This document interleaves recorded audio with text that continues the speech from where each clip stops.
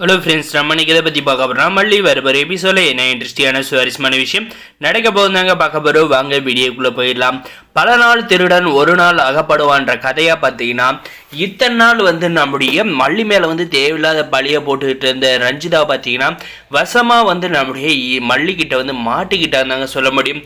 எப்படியுமே பார்த்தீங்கன்னா இந்த பெருச்சாலிங்க நம்முடைய மல்லி வச்சிருக்கிற கோல்டு செயினை தேடி போதுங்க, போயிட்டு அது எங்கே இருக்குன்னு தேடி அதை கையில் எடுத்து ரொம்பவுமே ரசிச்சுக்கிட்டு இருக்காங்க.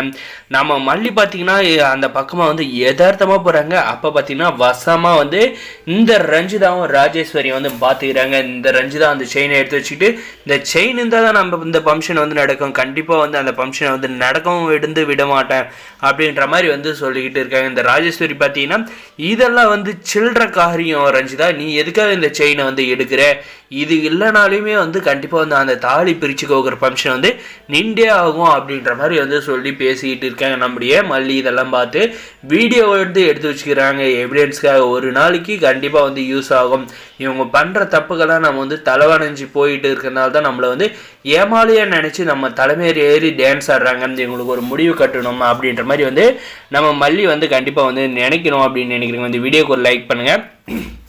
இதுக்கப்புறம் பார்த்தீங்கன்னா அந்த ராஜேஸ்வரி என்ன சொல்கிறாங்கன்னா, கண்டிப்பாக இந்த தாலி பிரித்து கோக்குற ஃபங்க்ஷன் நடக்காது. அதுவும் மாரி நடந்துச்சுன்னா பல இடத்துல செக் பாயிண்ட் வச்சுருக்கேன். அதை ஒன்று தாண்டி நோன்னு போகிற வழிக்குள்ள அவங்களுக்கு பெரிய தலைவலியாக இருக்கும். இதில் இந்த ஃபங்க்ஷன் கண்டிப்பாக நடக்காது போகும்.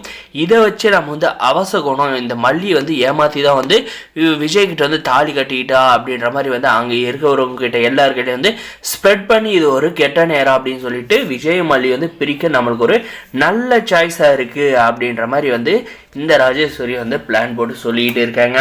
ஆனால் கண்டிப்பாக இவங்களே இவ்வளோ யோசிக்கிறப்ப நம்முடைய விஜயுமே இன்ன வரைக்குமே அந்த தாலி பிரித்து கோக்குற ஃபங்க்ஷனுக்கு ஒத்துக்கலைங்க. நம்முடைய மல்லியுமே பார்த்தீங்கன்னா அவங்களுடைய பெரியம்மா கையில் வேண்டாம் பெரியம்மா இதெல்லாம் அப்படின்ற மாதிரி சொல்லியிருந்தாங்க. இதெல்லாம் கண்டிப்பாக நடக்கணும் மல்லி, இதெல்லாம் சாங்கிய சம்பிரதாயம் அப்படின்ற மாதிரி சொல்லியிருந்தாங்க. எதிரிங்களாக இருக்குது நம்ம மல்லியை வீட்டை விட்டு துரத்தணும்னு நினைக்கிற இந்த ரெண்டு பெருச்சாலுமே இவ்வளோ யோசிக்கிறப்ப நம்ம மல்லியை அந்த வீட்டில் வாழ வைக்கணும் அப்படின்னு இருக்கிற நம்முடைய அன்னபூர்ணியம்மா எந்த பிரச்சனை வந்தாலும் எப்படி சமாளிக்கணும் அப்படின்ற ஒரு நேக்கு போக்கெல்லாம் தெரியாதே இவ்வளோ ஏற்பாடை பண்ணிக்கிட்டு இருப்பாங்க.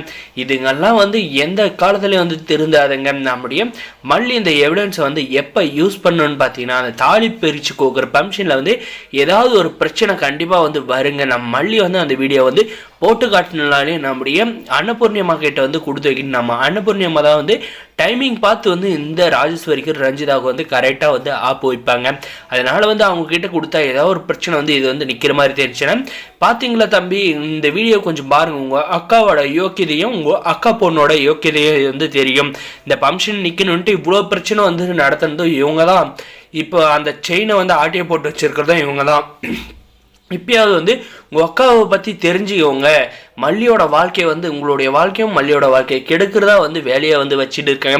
மல்லியை துரத்தி விட்டு அந்த இடத்துல ரஞ்சிதாவை கல்யாணம் பண்ணி தர்றது தான் உங்கள் அக்காவோட ஒரே நோக்கம். இதனால் உங்களுடைய வாழ்க்கையும் வெண்பாவோட வாழ்க்கையை பாதிப்பாகும். உங்களுடைய வாழ்க்கை சிறப்பாக இருக்குன்னா மல்லியும் வெண்பாவும் நீங்கள் 3 பேர் இந்த மாதிரி தான் நல்லாயிருக்கும் அப்படின்ற மாதிரி சொல்ல மறக்காத.